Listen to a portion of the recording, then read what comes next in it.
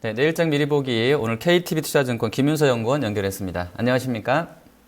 네, 안녕하세요. 네, 자 오늘 시장이 아침에도 불안정했었고요. 지금 H 지수 개장하고 나서는 약간 올라오더니 뭐 다시 또 약간 좀 밀려나 있습니다. 인민은행이 일단 뭐 4천억 위안 여갈피 발행하면서 약간 증시 안정화 찾는 것 같더니 오후 개장은 좀 달라진 것 같아요. 지금 뭐 한 1% 이상으로 내려가고 있는데요.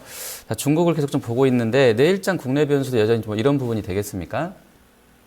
네, 맞습니다. 말씀해 주셨듯이 지금 뭐 국내 증시가 내부 변수에 의해서 움직이는 시장이 아니고 좀 전적으로 계속해서 해외 변수, 국제 유가라든지 뭐 중국 금융시장에 계속해서 좀 연동이 되고 있는 모습이고요.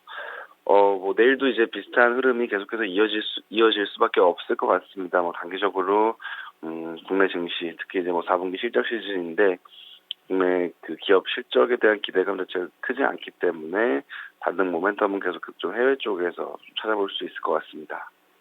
네. 자, 그럼 바로 해외 쪽을 좀 보겠습니다. 오늘 사실 중국이 3년 내 최대 규모로 공개 시장 조작에 나섰습니다. 하지만 뭐 시장 반응이 물론 장중이긴 합니다만 현재로서는 뭐 썩 뭐 우호적이지는 않은 것 같고요. 저녁에 또 ECB 통화정책회의 관련해서 드라기 총재한테 거는 기대감들도 좀 있는 것 같긴 합니다만 뭐 이러한 그 금융정책 회의들 이런 변수 외에 또 주목해야 될 해외 변수 어떤 게 좀 있다고 보십니까?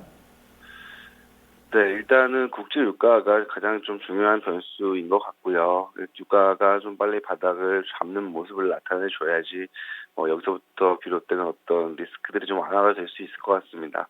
미국 뭐 셰일 오일 업체들의 어떤 크레딧 리스크라든지 뭐 여기에 노출되어 있는 여러 은행들의 시스템 리스크, 뭐 사우디의 뭐 환율과 관련한 리스크 등이 좀 계속해서 좀 부각이 되고 있는 상황이라서 일단 유가 변수가 일단 단기적으로는 가장 좀 중요한 변수인 것 같고 아까 잠시 말씀드렸듯이 이제 중국 쪽이 굉장히 중요한데 중국 금융시장이 계속해서 좀 변동성이 높은 그런 구간이 지속되고 있어서 이 부분도 조금 이제 해소되기 전까지는 금융시장 계속해서 좀 불안한 흐름을 나타낼 수 있을 것 같습니다.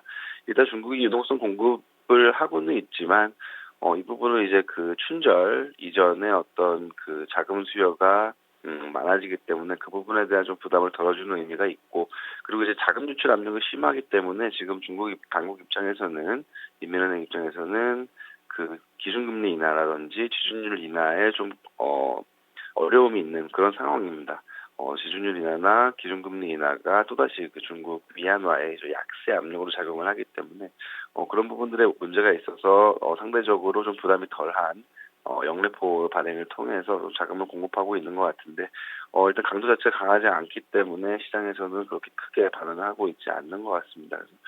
그래서 중국 증시에 좀 본질적인 부분, 중국 기업 실적에 대한 우려들이 좀 완화가 돼서 중국 증시가 반등하는 시점이 결국에는 또 국내 증시가 반등하는 시점이 될 텐데 이 부분도 이제 뭐 당장 오늘 내일 이슈는 아니고 조금 더 시간이 필요하다는 점에서 좀 계속해서 좀 보수적으로 대응을 하시는 것이 좋을 것 같습니다.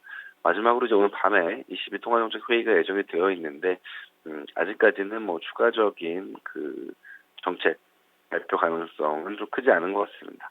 통상 이제 ECB는 포워드 가이던스, 즉 이제 ECB 통화정책 회의 전에 위원들이 계속해서 구두 개입을 통해서 좀 포워드 가이던스를 강하게 주는 편인데 이번에 그런 부분이 좀 없었기 때문에 상대적으로 ECB 통화정책 회의는 큰 정책 없이 또 시장에 어떤 충격 없이 그냥 좀 무난하게 지나갈 것 같고요. 결국에는 이제 계속해서 이제 중국이랑 국제유가에 연동되는 흐름이 이어지기 때문에 이 부분이 좀 안정되는 시점까지 계속해서 좀 보수적으로 지수는 언제든지 또 아래쪽으로 더 강하게 밀릴 수 있다라는 가능성을 계속해서 열어두셔야 될 것 같습니다. 네, 자, 마지막으로 전략 여쭤보겠습니다. 유가가 뭐 12년 내 최저치여서 지금 뭐 자본주냐 소비주냐 봤을 땐 소비재군이 선전하고 있는 부분도 좀 있는 것 같고요. 또 저 PBR주 같은 경우는 현재 1800선 중반이기 때문에 뭐 PBR 매력 부각될 때마다 같이 동반해서 좀 상승하는 분위기도 있는 것 같습니다. 수급적으로는 뭐 1800선 후반부터 주식형 펀드로 1300억 넘는 자금들이 다시 또 유입이 되고 있는 상황인데요. 뭐 이런 수급은 약간 좀 우호적인 것 같긴 한데 여전히 아까 말씀해 주신 뭐 중국이나 유가 쪽은 여전히 좀 불확실한 변수로 남는 것 같은데요. 자, 그럼 전략은 어떻게 좀 구성해서 대응해야 되겠습니까? 네, 말씀해 주신 대로 지수 레벨 자체가 굉장히 좀 낮아져 있고, 뭐, PBR로 보면은 역사적 저점까지 와 있는 것도 사실인데요. 근데 이제 절대적인 PBR만 보시면 안 되고 이제 PBR과 같이 이제 ROE 기업의 이익 증가율을 같이 보셔야 되는데 ROE는 사실 이제 더 낮은 그러니까 과거의 PBR 저점에 비해서 ROE는 더 낮아진 상황입니다. 기업 이익이 더 많이 떨어지고 있다라고 보시면 될 것 같고 그런 관점에서 보시면 이제 PBR도 추가적으로 더 떨어지는 게 마땅하겠죠. 이익에 합당한 PBR은 지금 레벨보다 더 내려올 수 있기 때문에 밸류에이션만 놓고 보더라도 그렇게 뭐 지금 많이 싸다라고 좀 보기 어려운 상황인 것 같습니다.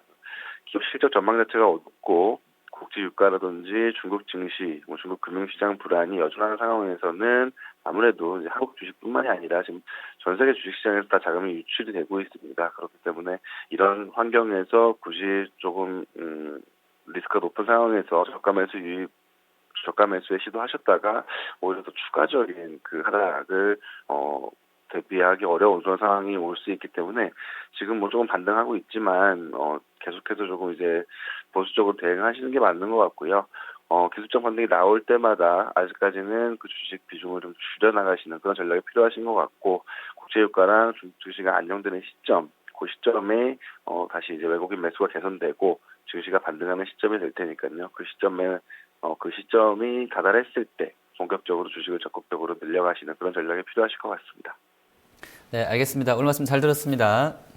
네, 고맙습니다. 네, 자, 내일장 변수 살펴봤습니다. 잠깐 광고 보시고요. 골든타임 2부 이어가겠습니다.